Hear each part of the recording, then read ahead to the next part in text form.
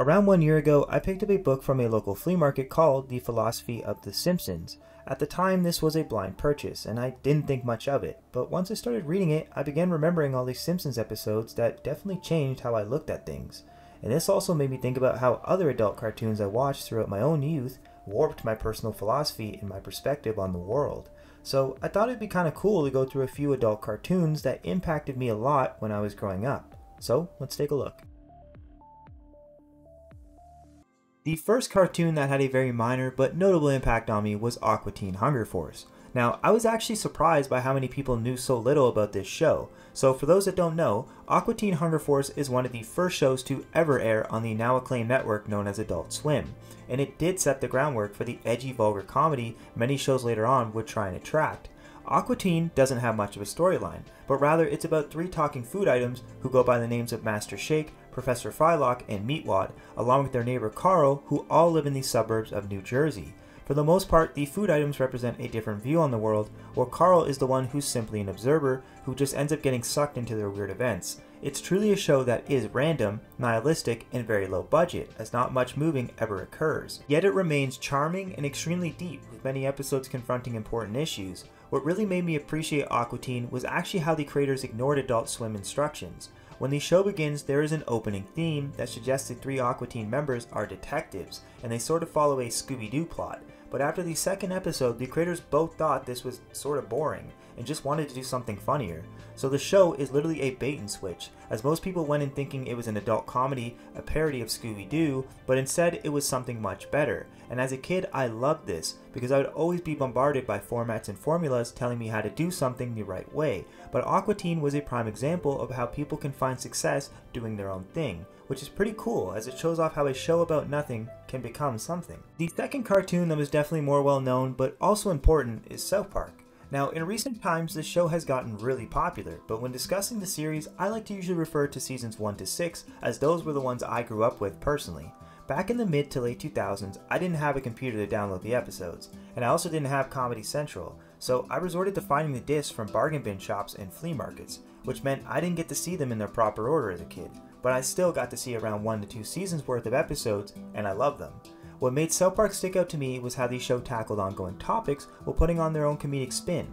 But what really made South Park notable wasn't actually the comedy portion, well, a little, but it was actually also the show and how they used the four main characters to depict different conflicts and viewpoints. The obvious two most important ones being Kyle and Cartman, as they often never see eye to eye. Kyle represents the logical innocence of a kid, while Cartman takes on the role of being advantageous but also selfish. Kyle is a character who looks outside of his own virtues and views, while the same just can't be said for Cartman. These two characters really made me enjoy the show, as they always portrayed two different narratives that would make you laugh, while also proposing tough to answer political situations and worldwide events. There is a reason why South Park is so beloved. Yes, it's a funny show, but a show can't simply be non-stop humor. And while South Park does an excellent job at finding a middle ground, one of the episodes that always stuck out to me was actually one from the midpoint in the series during season 13, titled Fatbeard. It confronts the topic of Somalian pirates and really shows the viewer both sides of an issue. I believe this clip here perfectly puts the reality of the situation into perspective. Excuse me, can I ask you a question? Oh, sure, good lead. Why did you Americans come here? Well, 'cause our lives sucked back home. We had all these rules and homework. Yeah, homework. And our parents hollered at us. Yeah. So we wanted to come here and be pirates. Pirates! But that's what I do not understand. Why would anyone want to be a pirate? Huh? Every day, I dream that I can go to school, learn about the world.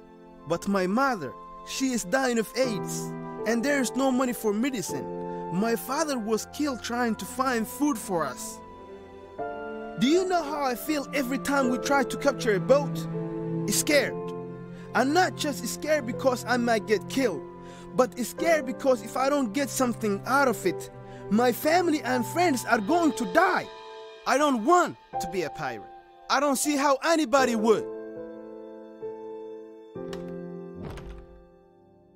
The third and final series that shaped my childhood is no other than Futurama. I got into this series later on, around 2010, once it was added to Netflix. With the help of my Wii and the Netflix application, I watched all of the episodes available. What kept me hooked was how the comedy and the universe clicked so well together. The Simpsons was awesome, but the depth of the show never touched as deep.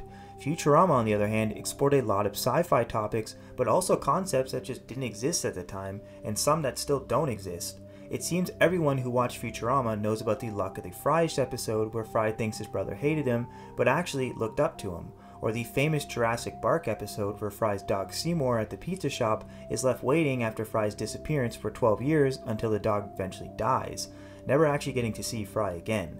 And yes, these episodes are very meaningful, but there are other episodes that hold a lot of value in concepts that have never been challenged or have been challenged by philosophers for ages. One great example of one of these episodes is the Godfellas, where Bender is stranded floating in space and ends up having a small colony of people form on his torso after he accidentally hits a small asteroid.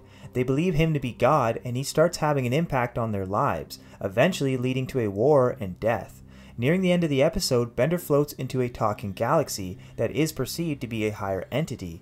Bender and the entity begin talking, where Bender asks if what he did to the colony of people was wrong, and the entity simply replies with, "Right and wrong are just words."